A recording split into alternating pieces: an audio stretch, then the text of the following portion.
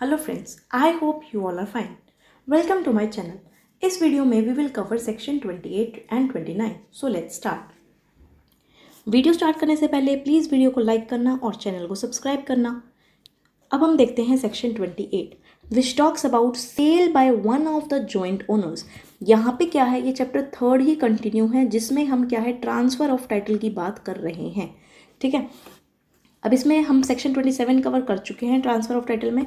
अब सेक्शन 28 बोलता है जब सेल जॉइंट ओनर में से एक बंदा करता हो।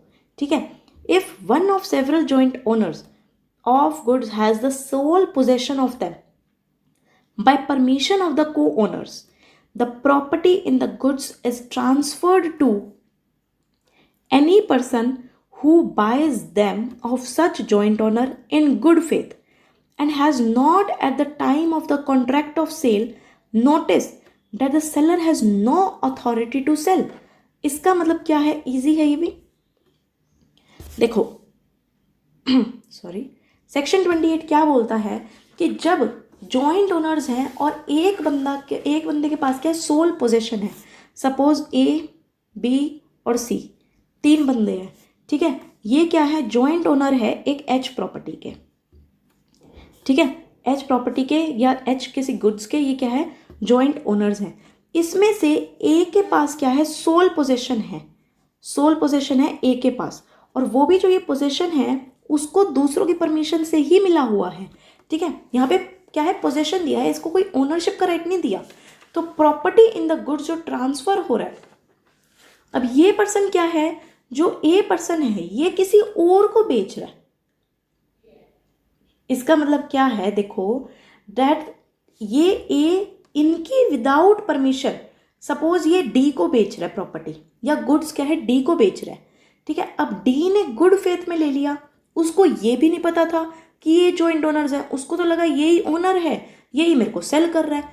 तो इसको क्या है, उस पर ट्रांसफर ऑफ टाइटल हो जाता है, क्योंकि इसको खुद को नहीं पता था ये कि ये जॉइंट ओनरशिप की प्रॉपर्टी है। ठीक है, अब हम डेफिनेशन पढ़ते हैं दोबारा।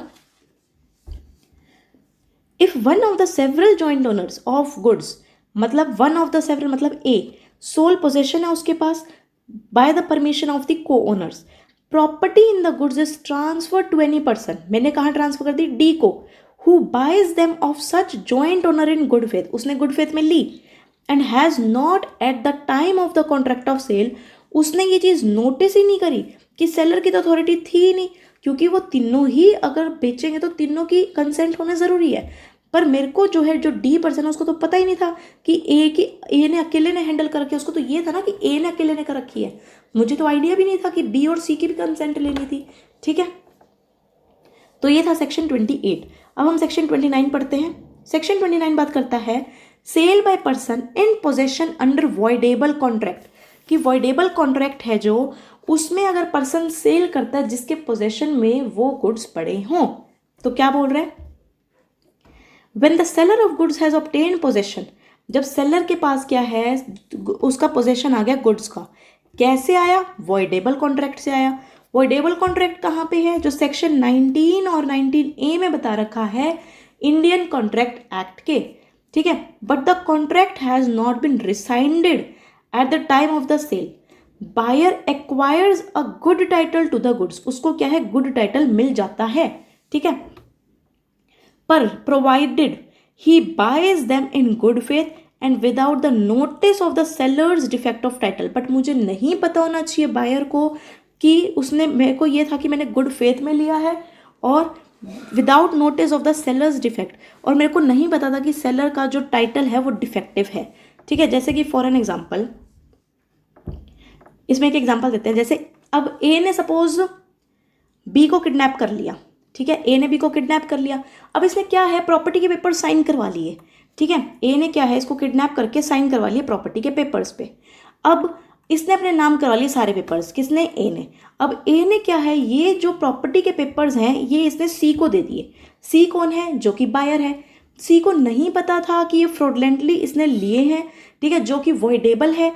सी ने गुड फेथ में एक्ट किया था, क्योंकि यहाँ पे इसने गुड फेथ में एक्ट किया, उसको ये भी नहीं पता था कि फ्रॉडलेंटली ए ने ले रखे हैं, तो ये वॉइडेबल कॉन्ट्रैक्ट है। इसने गुड फेथ में लिए तो इसका टाइटल क्या होएगा, गुड टाइटल होगा। ठीक है, हम दोबारा सेक्शन पढ़ते हैं। तो when the seller of goods has obtained possession under a contract जो कि वॉइडेबल है अंडर सेक्शन 19 या 19A इंडियन कॉन्ट्रैक्ट एक्ट के, but the contract has not been rescinded at the time of the sale. इसका मतलब क्या है कि वो कॉन्ट्रैक्ट क्या है उस टाइम पे किसी ने कैंसिल ना किया हो, तब हो सकता है ये। ठीक है, तो बायर को गुड टाइटल मिल जाएगा अगर उसने गुड फेथ में लिए हैं और ना मेरे को पता था कि सेलर का डिफेक्टिव टाइटल है।